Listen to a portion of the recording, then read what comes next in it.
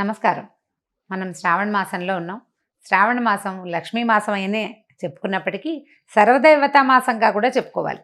శ్రావణ సోమవారాలు శివార్చన, మంగళవారాలు గౌరీ అర్చన, శుక్రవారాలు లక్ష్మీ అర్చన, శ్రావణ శనివారాలు వెంకటేశ్వర స్వామిని అర్చించే రోజు, విష్ణు అర్చన చేసుకునే రోజు. శ్రావణ శనివారాన్ని విశేషంగా జరుపుకోవచ్చు. అయితే ఈ శ్రావణ మాసం లక్ష్మీ మాసం అని చెప్పుకుంటున్నాం మనం.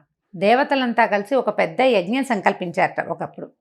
చేసిన తర్వాత ఈ యజ్ఞం మొదలుపెట్టాక సప్తర్షులు ఏమన్నారంటే, ఈ యజ్ఞ ఫలితాన్ని ఎవరైనా సర్వోత్కృష్టమైన దైవానికి సమర్పించాలని భావించారు. ఎవరు యజ్ఞ పురుషుడు అని భావిస్తే త్రిమూర్తుల్లో ఎవరో ఒకళ్ళని ఈ యజ్ఞంలో ఆయన ఈ మొత్తం యజ్ఞానికి ఆయన్ని అధిపతిని చేయాలని భావించారు. ఈ త్రిమూర్తుల్లో ఒకడు ఎవరు గొప్పవాళ్ళు అనేది తెలుసుకోవడం కోసం బ్రహ్మమానస పుత్రుడైనటువంటి భృగు మహర్షిని అందుకు పంపించారు.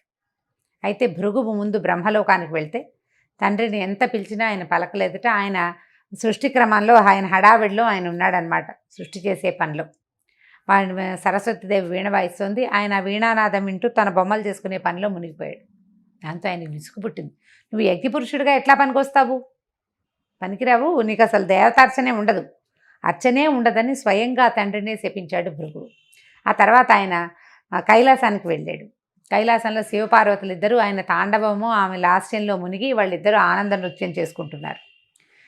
భృగువు ఎంత పిలిచినా వాళ్ళు పలకల. దాంతో ఆయనకి ఇట్లా లోలత్వంతో ప్రవర్తిస్తున్నావు కాబట్టి కేవలం లింగ రూప ఆరాధనే ఉంటుంది, నీకు సాకార రూప ఆరాధన ఉండదని పరమేశ్వరుని కూడా శపించాడు. ఈయన ఒక మహర్షి, ఈయనకి శపించాలన్న ఉద్దేశం కలిగింది. అట్లా అక్కడి నుంచి మూడో వ్యక్తి అయినటువంటి శ్రీ మహావిష్ణువుని పరిశీలించడం కోసం, ఆయన యొక్క పరిస్థితి ఏమిటో చూడడం కోసం భృగు మహర్షి వైకుంఠానికి వెళ్ళారు.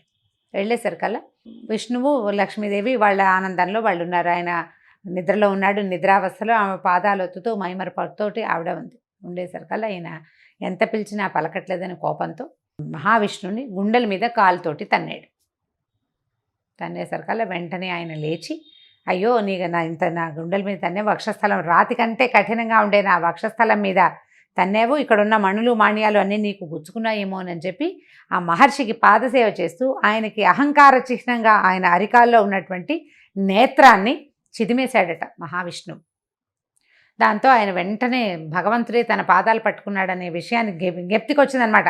అంతకుముందంతా నేను ఋషిని బ్రహ్మజ్ఞానం కలిగిన వాడిని అహంకరించిని, ఆ అహంకారంతో తండ్రిని, సాక్షాత్తు తనకి తండ్రి అయిన బ్రహ్మదేవుణ్ణి, తర్వాత సర్వలయంకారకరుడైనటువంటి పరమేశ్వరుణ్ణి కూడా శపించి ఈ మహావిష్ణువు మీద ఇటువంటి అవజ్ఞతోటి ప్రవర్తించానని చాలా సిగ్గుపడి బాధపడి ఏమనుకున్నాడంటే, ఈ యజ్ఞానికి యజ్ఞపురుషుడు మహావిష్ణువు అని నిర్ధారించుకుని వెళ్ళిపోయాడు.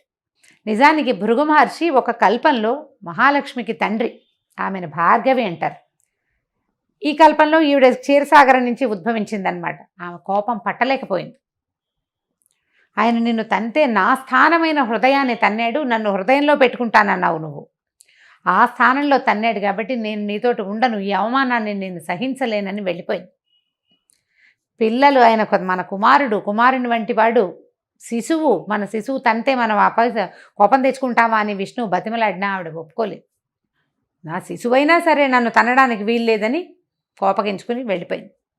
ఆ వెళ్ళిపోయిన ఆవిడ భూమి మీద చేరి కొల్హాపూర్లో తపస్సు చేసుకుంటూ ఉండిపోయింది. ఈ లక్ష్మీదేవి వెళ్ళిపోయేసరికల్లా వైకుంఠం శూన్యమైపోయి మహావిష్ణువు ఆమె కోసం అని వెతుకుతూ భూలోకానికి వచ్చేసాడని, ఆ వచ్చేసిన భగవంతుడు మన అదృష్టం కొద్దీ మన తిరుమల కొండలలోనే ఉండిపోయాడు. భూమి చేసుకున్న అదృష్టం, భారతీయులు చేసుకున్న అదృష్టం, అందులోనూ తెలుగువారి అదృష్టం ఏంటంటే మహావిష్ణువు మన ప్రాంతానికి రావడం. ఆయన తిరుమల కొండల్లో ఉండగా ఆయన ఆకలి దప్పులతోటి అలమటిస్తున్నాడని, లక్ష్మీ మీద విరహంతో బాధపడుతున్నాడని తెలుసుకున్నటువంటి దేవాది దేవతలంతా కలిసి ఒక గోవుని గోవత్సాన్ని సృష్టించి ఆ ప్రాంతానికి పంపించారు. ఆ కాలంలో రాజుగా ఉన్న ఒక చోళ రాజు రాజ్యం చేస్తూ ఉన్నాడు ఈ ప్రాంతానికి. లక్ష్మీదేవే స్వయంగా నాథుడు బాధపడుతున్నాడని ఈ ఆవుని దూడని తీసుకొచ్చి రాజుకు అప్పచెప్పింది. ఈ ఆవు దూడ చాలా సర్వలక్షణ సంపన్నంగా ఉన్నాయి, కానీ రోజు ఆ గుట్ట మీదకి ఎక్కి ఆ గుట్ట మీద ఉన్నటువంటి పుట్టలోకి పాలు జారవిడిచి వచ్చేసేది ఆవు. కొన్నాళ్లకి తెలుసుకుని ఆవు ఇట్లా పుట్టలోకి పాలు విడుస్తోందని, దానివల్లే దూడ కూడా పాలు చాలటం లేదని తెలుసుకున్నటువంటి ఇక పశువుల కాపరి ఆ ఆవు ఎక్కడికి వెళ్తుందో గమనించి ఆ ఆవులోంచి ఆవును కొట్టబోయాడు. ఆ పుట్టలోంచి పైకి వచ్చినటువంటి మహాపురుషుడిని చూసేసరికల్లా హతమారిపోయాడు. చోళరాజును కూడా భగవంతుడు శపించాడు. కళ్ళు పోతాయి నీకు, నీ ప్రాంతంలో ఇలాంటి పని జరిగింది కాబట్టి. అయితే అప్పుడు కొంచెం దెబ్బ కూడా తగిలింది మహావిష్ణువుకి. ఆ తర్వాత ఆయన తిరుమల కొండల మీదే, వెంకటాద్రి మీదే వకుళమాత ఆశ్రమానికి చేరాడు. లక్ష్మీదేవి యొక్క అంశ పద్మావతీదేవిగా ఆకాశరాజుకి దొరికింది. భూమిని తన్నుతుంటే దువ్వుతూ ఉండగా, అంటే నాగేటి చాలలో సీతాదేవి ఎలా దొరికిందో అదేవిధంగా పద్మావతీదేవి కూడా ఆకాశరాజుకి నాగేటి చాలలో దొరికింది. ఆ ఆడ శిశువుని పెంచుకున్నారు వాళ్ళు. ఆమెకు పద్మావతి అని పేరు పెట్టారు. ఈ తర్వాత కాలంలో ఈ వెంకటేశ్వర స్వామి మన మహావిష్ణువు కొండల మీదకి వెళ్ళటంతో శ్రీనివాసుడు అనే పేరుతోటి అక్కడ ఉండటం మొదలుపెట్టాడు వకుళమాత ఆశ్రమాల్లో. ఆ తర్వాత కాలంలో ఆయన పద్మావతి దేవిని చూడడం, ఆమె ఎందున్నటువంటి లక్ష్మీ అంశకి ఆకర్షితుడయ్యి ఆమెని వివాహం చేసుకుంటానని చెప్పడంతో వకుళమాత స్వయంగా ఆకాశరాజు దగ్గరికి వెళ్ళి పద్మావతి శ్రీనివాసుల కళ్యాణం జరిపించింది. ఆ తదనంతరం లక్ష్మీదేవి అక్కడికి వచ్చేయటం, పద్మావతి లక్ష్మీదేవుల తాలూకు సంవాదంలో భగవంతుడు సాలగ్రామ రూపిగా అక్కడ శిలాస్వరూపంగా ఈ తిరుమల కొండల మీద వెంకటాద్రి మీద వేంచేసి ఉన్నాడు. అయితే ఇలా వెంకటాద్రి మీద వేంచేసి ఉన్న వెంకటేశ్వర స్వామికి మనం శనివారము వెంకటేశ్వర దినంగా భావిస్తాం. మనం నమ్ముతాం ఖచ్చితంగా. శనివారం నాడు ఉపవాసాలు ఉంటాం వెంకటేశ్వర స్వామి కోసమే. శనివారం నాడే కాలినడకన దేవాలయానికి వెళ్ళాలనుకుంటాం. వెంకటేశ్వర స్వామి దేవాలయానికి తప్పకుండా వెళ్తాం.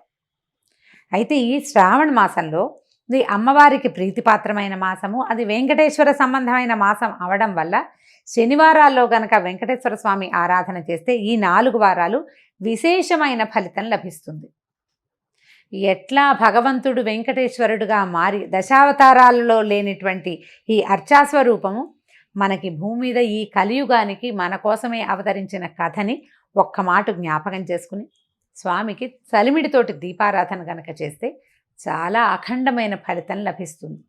మనం చేసే ఈ శ్రావణ మాసపు దైవారాధనలో లక్ష్మీ అమ్మవారి ఆరాధన, శివారాధనతో పాటుగా ఇలా వెంకటేశ్వర స్వామి ఆరాధనని కూడా భాగంగా చేసుకోండి. మిగిలిన రోజులు కుదరకపోయినా శ్రావణ మాసంలో శనివారాలు 4 శనివారాలు ఒక పూట భోజనం, పగలు భోజనం చేసి రాత్రి భోజనం చేయొద్దు. దాని విధి అదే. అన్నం తినకుండా అన్నాన్ని తద్భిన్నం ఏదైనా తినచ్చు. దీపారాధన చేయటం చలిమిడితోటి ఆవు నెయ్యి, బెల్లము, బియ్య పిండి కలిపి చలిమిడి చేయటం. ఆ చలిమిడిలో చక్కగా గుండ్రంగా ఉండలాగా చేసి దాంట్లో కొంచెం గొయ్యి చేయటం అన్నమాట. లోపలికి కొంచెం నొక్కి అందులో కొంత ఆవు నెయ్యి వేసి దీపం పెట్టడం. ఈ దీపారాధనతో స్వామికి ప్రసాదంగాను దీపంగాను సమర్పిస్తామన్నమాట. దీపారాధన అయిన తర్వాత ఆ చలిమిడిని ప్రసాదంగా స్వీకరించడం. పగలు భోజనం చేయొచ్చు, రాత్రిపూట భోజనం చేయకూడదు. ఈ 4 శనివారాలు ఇలా చేయటం వల్ల శ్రావణ మాసంలో మనకి అమ్మవారి కరుణతో పాటు అయ్యవారి తాలూకు కృపాకటాక్షాలు కూడా మనం పాత్రలు అవుతాం. 4 వారాలు ఉన్నాయి. తొలి వారం కుదిరినా కుదరకపోయినా తర్వాత వారాలైనా చేసుకోవచ్చు. కుదిరిన వారు తప్పకుండా ఈ కథని స్మరించటము, ఇది చేసుకోవటము. అంత పెద్ద చలిమిడి పెట్టకపోయినా చిన్నగా కొద్దిగా చలిమిడి చేసి కూడా దీపారాధన చేసుకోవచ్చు. దీపారాధన చేయటం, వెంకటేశ్వర స్వామికి సంబంధించినటువంటి స్తోత్ర పాఠాలు ఏవైనా చదువుకోవటం, ఆయనతో పాటు లక్ష్మీ అమ్మవారి స్తోత్రం కూడా ఒకటి చదవటం. దీపారాధన చేసాం కాబట్టి ముందు తర్వాత ప్రసాదం, నైవేద్యం, వడపప్పు, పానకము, అరటిపళ్ళు, మీ ఓపిక. పాయసం చేస్తాం, పొంగల్ చేస్తాం అంటే అన్నీ కూడా చేసుకోవచ్చు. అవేవి చేయకపోయినా 2 అరటిపళ్ళతోటి కూడా మనం నైవేద్యాన్ని పూర్తి చేసుకోవచ్చు. పగలు భోజనం చేసి రాత్రి ఉపవాసం ఉంటే మర్నాడు పొద్దున్న మామూలుగా భోజనమే చేసేయచ్చు. దానికి ఇంకా నియమం ఏమీ లేదు. ఈ ఆలోచన చేయండి. కుదిరితే ఒక్క శనివారమైనా చలిమిడి దీపారాధన చేయండి. అది ఇంటికి మంచిదని, చలవని చెప్పబడుతోంది. నమస్కారం.